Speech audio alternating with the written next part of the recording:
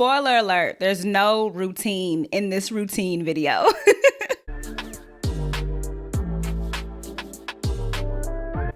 What's going on, y'all? My name is Vannesia Darby and I'm a marketing consultant, and today I'm really going to talk about something that I have been struggling with. And I won't say struggling because struggling is a strong word. Okay, I'm not that pressed about it, but it's something that I've been working on, and I just want to know, is there anybody out there that's also dealing with this and dealing with what I'm about to talk about? So as you can see from the title, I'm going to be talking about morning routines, and I want to really kind of preface this by saying morning routines for creatives. One thing about me that I've learned to embrace is that I'm not always married to the same thing. I don't like to keep myself in a rut. I like to keep things changing. And so because of that, I have never really stuck to a morning routine. Even when I was working full time at the record label or even in radio and promotions, I would always switch up my morning routine. Sometimes it was cooking breakfast. Sometimes it was doing a workout. Sometimes it was just getting up at the very last minute and dashing out the door to work. So I want this video to encourage you to know that there's not one way to do something. There's always different ways to do something, and hopefully this video encourages you and lets you know that you're not crazy. But there have been some tips along the way that I have done that have really helped me to structure my mornings. It doesn't mean that I necessarily do everything the same way every day, but it makes sure that I get a lot of stuff done that has been on my plate.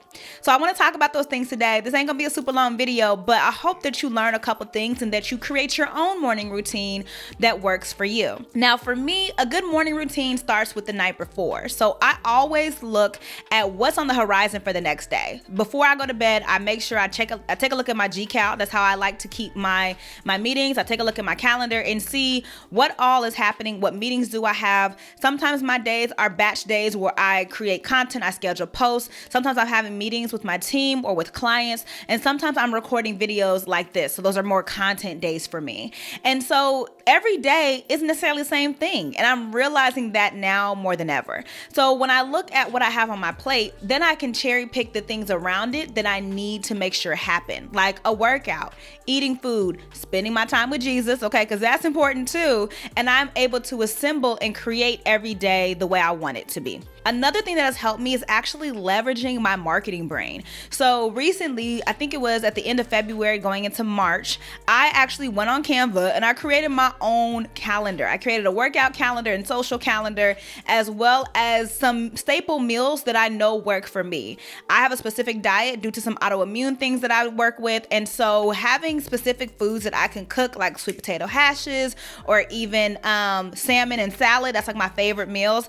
Being able to know, hey, you have these meals that you can cook and these staple recipes that you know work well for you has been amazing. Another thing that I like to do is kind of block off my day into different sections. So in the morning, I like to do things that I typically don't necessarily love to do or that take a while for me to do but make me feel good, like working out or even practicing my piano. I love the way working out makes me feel. Shout out to Peloton. And I also love the end result of performing in a recital or a competition, but I don't like practicing and I don't like working out every day.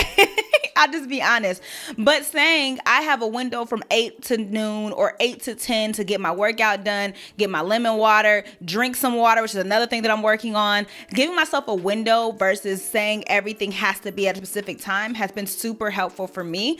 As someone who is very much so type A, sometimes having push notifications and blocking everything out so routinely in my calendar is a lot for me to handle. So I've noticed that having blocks of time and chunks of time that I'm able to actually do the activities in helps a lot because I can still ease into my day. Sorry, I got a notification, y'all. This is why you shouldn't record with your phone next to you.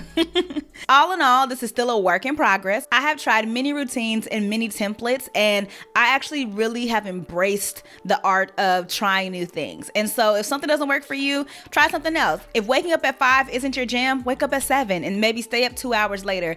But especially as an entrepreneur, or especially as a creative entrepreneur, make sure that you are doing things that work well for you. I hope this video helped you and that you are encouraged to start your own morning routine, okay? There's no rules, there's no limits. You do what works well for you. Thanks so much for tuning into this video. I hope you have a fabulous rest of your week. And remember to always speak life. Peace.